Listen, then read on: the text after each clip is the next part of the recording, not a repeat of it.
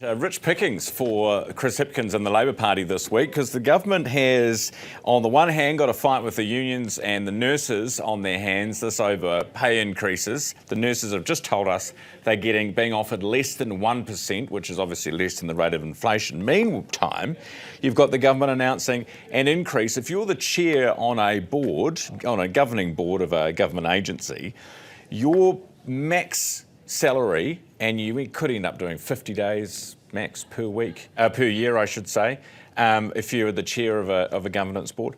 Anyway, their max pay has gone from 90 grand to 160,000.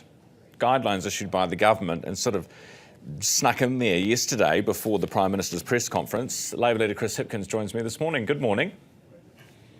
Good morning. Geez, it's not a great look, is it? Did you know this was happening? No. Did you know this was going to happen? And is there a need to increase the governance board pay bands by so much? No, I wasn't aware that this was going to happen. And in fact, yesterday you had the Prime Minister saying the cost of living is all under control because people's wages are growing faster than inflation. And yet, if you're a nurse or you're a teacher employed by the government, the pay offer that's on the table is significantly less than inflation. And basically, it's a pay cut in real terms for our teachers, our nurses and others working in really important public sector jobs. In the meantime, they're saying that some of those people in the public service or in the public sector who earn the most, the people who are running the joint, on those governing boards, can get massive pay rises of up to, I think it's 80%. I think it just shows how out of touch they are with the day-to-day reality of the vast bulk of New Zealanders. This shouldn't be their first priority. We did increase the allowable amount for board directors by about 10%, I think. They've gone up to about 80%. I just don't think there's any justification for that in the current economic climate. They say you need to make sure that you're attracting top talent, key talent, in a competitive environment with the private sector. And our salaries for board members haven't kept pace with the private sector, so we have to do something about that. Otherwise, you end up with, I don't know, numpties running billion-dollar organisations. Well, look, that simply doesn't wash. We've actually got an exodus of skilled people, who actually do the work, leaving to go to Australia or to further afield. Surely that should be the focus for where we want to put extra money for pay increases, not the people who sit around the board table.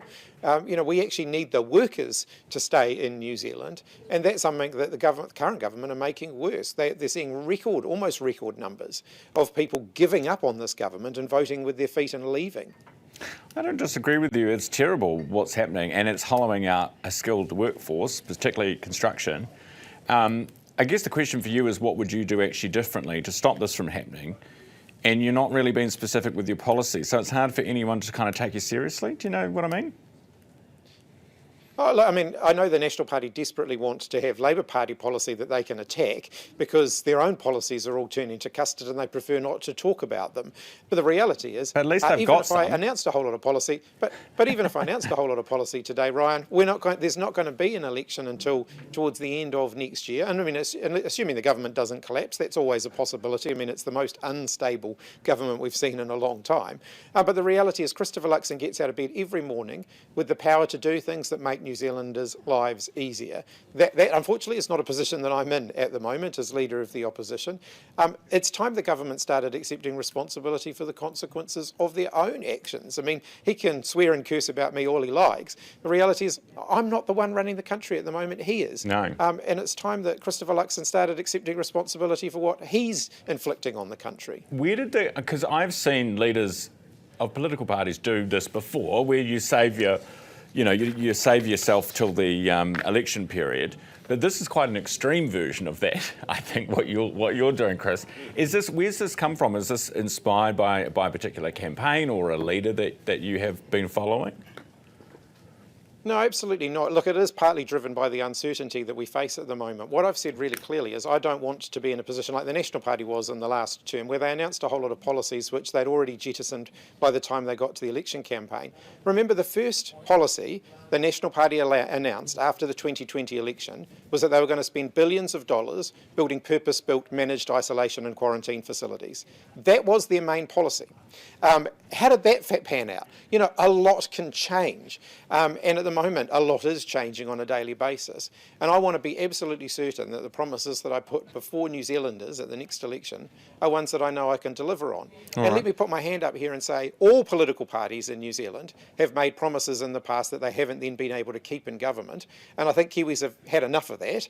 And I don't want to fall into that trap again. That's fair. And that includes your government, right? In fact, you were probably the... I've said all parties. I've said all parties and all governments.